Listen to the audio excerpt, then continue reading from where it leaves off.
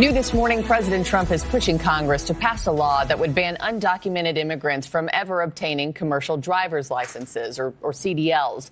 It's legislation that honors Delilah Coleman, who was just 5 years old when she was pinned in a multi-car pileup caused by a migrant truck driver illegally here in the country. Her injuries so severe, she was unable to walk or talk. She now requires lifelong therapy, but is in the first grade relearning to take steps. And there she is here at the State of the Union the other night. Indiana Republican Congresswoman Erin Houchin introduced her version of Delilah's law in the House on Wednesday, and it follows Indiana Republican Senator Jim Banks' legislation, which would require states to follow certain criteria in order to receive federal funding. Congresswoman, a pleasure to have you on. Thank you for your time.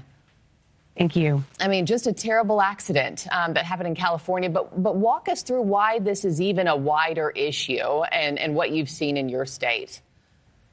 Certainly. Thanks for having me, Marky. Hoosiers and American citizens across the country are dying at the hands of illegal immigrants behind the wheel of commercial trucks.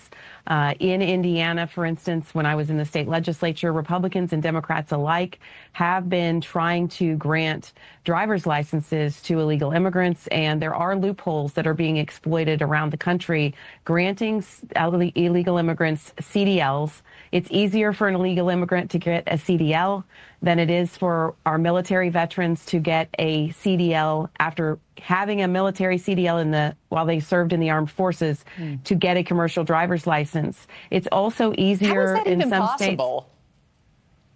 There are these loopholes that because there's not documentation for some of these illegal immigrants, they can come in and in some of the formulations of these laws in states, they can come in and do an affidavit that says, I am who I say I am, I'm the age that I say I am, and I have been trained to do this. And when my own children were 16, there was a law that was trying to be passed in Indiana that said, you know, it's easier for an illegal immigrant to get a driver's license in the state than it is for my own 16-year-old daughter. So we have to tighten these loopholes. It is unacceptable that these illegal immigrants are driving unsafely and that it's easier for them to do so than it is our own military. And talk to me about tightening those loopholes, because the Federal Motor Carrier Safety Administration makes it clear drivers must be able to read and speak English sufficiently in order to obtain a commercial driver's license.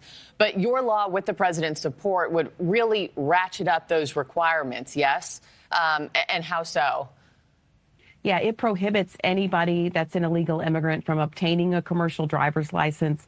Anybody who violates the law is going to be banned from receiving a commercial driver's license. We just cannot take chances that the proper training has been taken by some of these illegal immigrants, because the standards, unfortunately, have been lowered to obtain this, and then these truck drivers are driving through interstate commerce all across the United States. Well, we'd love to follow the progress of this. Please keep us posted. But while I still have you, you know, I have to ask you about what's unfolding in the Middle East, of course. A resolution compelling President Trump to get authorization from Congress for any more continued strikes. That failed yesterday in the Senate. A similar vote is happening later today in the House.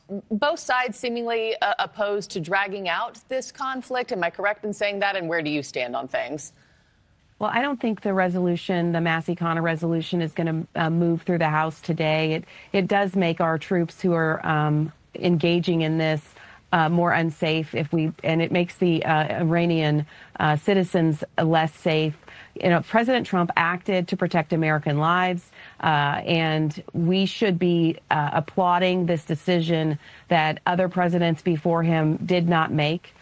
Even the Iranian citizens are thanking President Trump for freeing them from this regime. And we cannot allow Iran to have nuclear weapons.